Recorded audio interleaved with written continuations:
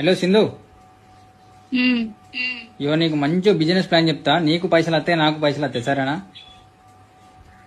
చెప్పు.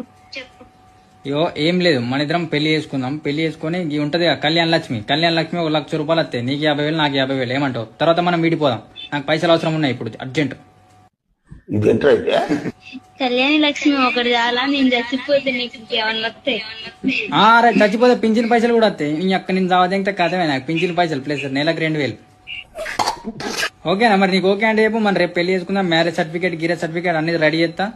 సరే 50,000 తీసుకుందాం. సరే సరే. బంగారం కూడా ఇస్తానట్టుగా, నిజమేనా?